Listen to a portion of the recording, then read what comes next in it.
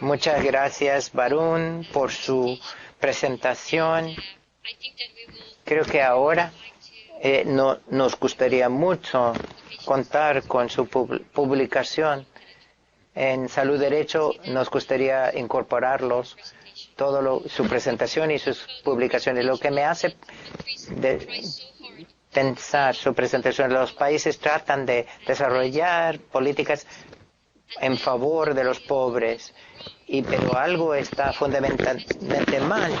Si el Poder Judicial tiene que fallar para que se implementen dichas políticas, así que queda mucho por hacer en los sistemas para que las políticas funcionen bien, o tal vez aspiran a demasiado a la política si no es posible con la estructura que tiene el país para que se implementen dichas políticas. Que ahora doy la palabra a Abdul Yazbek, que es el especialista sobre salud principal que trabaja con África, trabaja mucho con la equidad y sabe mucho de las diferentes políticas que tienen los países que tratan de establecer en favor de los pobres. Gracias. Buenos días. Voy a dar mi presentación en francés para confundirlos a todos.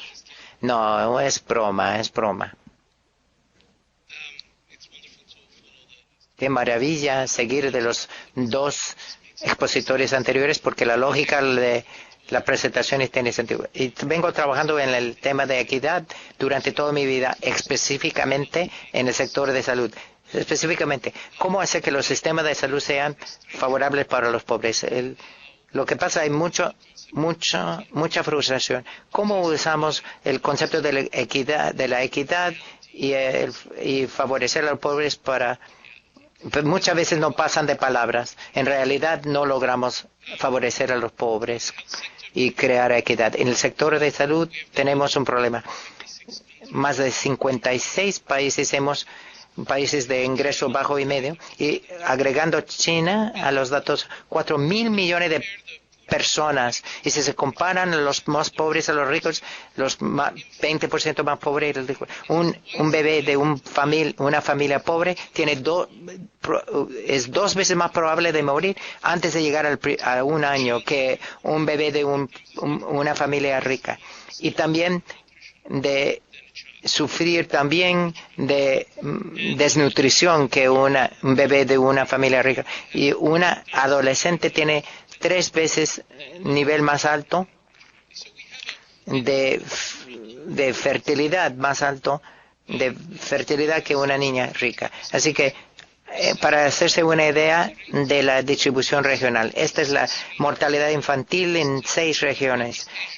Asia del Este, Europa, Asia Central, Medio Oriente, África del Norte, América Latina y África subsahariana. Constantemente hay una gran brecha entre el 20% más bajo y la mortalidad infantil para los más ricos. Hay una gran brecha. América Latina tiene la brecha más amplia entre los ricos y los pobres en este aspecto. Aunque los resultados de salud son relativamente mejores, tenemos otros variables, no quiero deprimirlos demasiado. Este es una de mis citas más favorables. No sé quién lo dijo. Consulté Wikipedia y hay una controversia sobre quién lo dijo primero. La cita es que el camino al infierno está pavimentado con buenas intenciones. Es la cita. Bueno, decimos que favorecemos a los pobres, pero en realidad, al ver la asignación de fondos al sector de salud, captan los recursos los ricos. El nuevo término es universal, pero muchos programas favorecen a los ricos, no a los pobres. Y más recientemente, un enfoque legal, los derechos. Justificamos el impulso de los derechos, los mandatos constitucionales desde la perspectiva de pobreza, pero cada vez más vemos que no es así. El análisis de Varun es excelente porque crea los matices sobre qué parte puede ser favorecer a los pobres y qué aspecto no favorece a los pobres. Hay que parar la retórica y concentrarnos en una pregunta. ¿Quién se beneficia? Varun planteó esa pregunta. No es la teoría, es la realidad, el hecho empírico. ¿Quién se beneficia de las política, si es universal, etcétera. Las asignaciones de fondos. Estos son los datos de los 56 países, 2.8 mil millones de personas. No es una muestra pequeña que digamos. Si vemos los servicios de salud básicos, suelen ser públicamente financiados desde cuidado natal hasta el parto, etcétera. Constantemente favorecen a los ricos. Los más ricos captan la mayor parte de los beneficios del gobierno, el subsidio, que los pobres. Y en las últimas dos columnas, la contracepción, anticonceptiva para las mujeres, etcétera. Es la brecha más amplia. No solamente el sector de salud falla a los pobres, nosotros a las mujeres pobres les fallamos más que a nadie. Y esa es la realidad de la distribución de recursos. Quienes organizaron la conferencia de esta reunión, viendo casos de litigio en Colombia comparado con el índice de desarrollo humano en diferentes partes del país, nuevamente muestra que el nivel más alto de litigio sucede en donde hay índice de desarrollo humano más alto. Se implementa de forma que favorece a los ricos y no a los pobres. Hay datos de otros países, Brasil y otros. Finalmente, les quiero hablar de mi trabajo para que los sistemas de salud favorezcan más a los pobres. Esto lo hacía cuando trabajaba en un instituto. Se ha traducido muy mal al español, tengo entendido, pero se ha traducido un libro que publiqué, no sé por qué. Cuando se lo mostré a María Luisa, por poco se echa a llorar por tan mala la traducción. Estos son países en que planteamos la pregunta, ¿quién se beneficia? Y solo seleccionamos países en donde tuvimos éxitos, en donde la implementación de una política de salud realmente creó una reducción en la desigualdad. Es decir, la política hizo que favoreciera menos a los ricos y favoreciera más a los pobres. No tengo tiempo para entrar en detalle. Está disponible hasta en español. El de español es gratuito. En francés es bueno, el ruso también, pero el español no. En el sector de seguridad tenemos 4 controles: financiamiento, pagos, organización, regulación y conducta, que tienen un impacto en el resultado intermedio y luego el resultado final. Vamos a ver las reglas generales y decir en cuáles países encontramos evidencia de suceso, de éxito.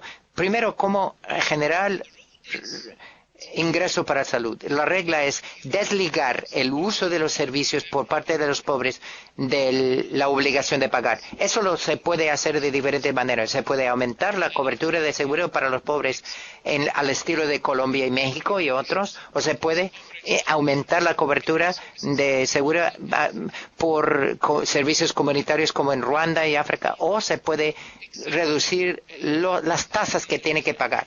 O sea, dar exención a los pobres para que no tengan que pagar como en Camboya. Y luego se puede hacer que el dinero siga a los pobres. Un gran problema en la salud es que el dinero sigue a las instalaciones, al establecimiento. Si el establecimiento se crea en un acceso en donde no tiene acceso a los pobres, va a favorecer a los ricos. Entonces, ejemplos en Chile, México y en Brasil, en donde el dinero sigue a la gente, no necesariamente a las instalaciones o a los establecimientos.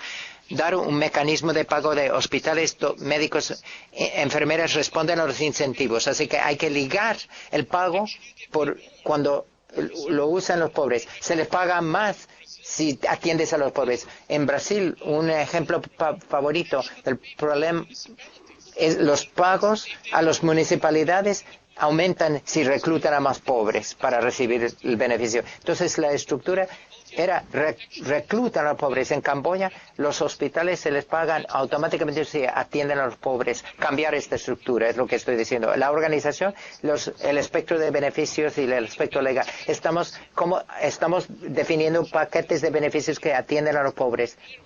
Aquí lo que me preocupa que las impugnaciones legales pueden dar al traste con todo. O sea, al final el dinero puede alejarse de donde necesita estar. Con muchas impugnaciones judiciales. Y para bajar el nivel de los servicios, van a perder dinero que podía haber sido destinado a los pobres. Regulación, dar una voz a los pobres porque no tienen poder en el mercado. Y podemos darles poder de otra manera. Es la persuasión. cerrar la brecha de la distancia y la demanda. Una razón por la que los pobres no buscan atención es por falta de conocimiento o es cultural, no solamente por el sistema. Tenemos que ver esta brecha en el conocimiento y la demanda. No solamente se trata de la oferta, sino de la demanda también. Y finalmente, me frustro mucho porque utilizan equidad para justificar muchas cosas muy simplistas. Pero la pobreza es contextual y persistente. La pobreza en el norte de México es distinta de la pobreza en el sur. La pobreza en una parte de India es diferente de la de otra parte y es persistente. Las respuestas, soluciones simplistas van a fallar. O sea, una talla para todos no va a funcionar. Los eslóganes no van a funcionar. La universalidad van a fallar y van a perjudicar. La solución se deriva de muchas cosas. Estos ejemplos positivos que les dimos, uno de los mensajes más importantes, escucharon de hecho a los pobres, identificaron en dónde estribaba el problema y luego la solución surgió como consecuencia. Y diseñar los programas para atender estas necesidades. Ajustar la capacidad institucional. Lo que se puede hacer en el sur de la India es diferente en el norte, porque una capacidad es mejor en una que otra. Hay que responder a la capacidad existente para resolver los problemas. Y hay que preguntarse siempre quién se beneficia. Si no se plantea esa pregunta, nunca se va a responder. Muchas gracias.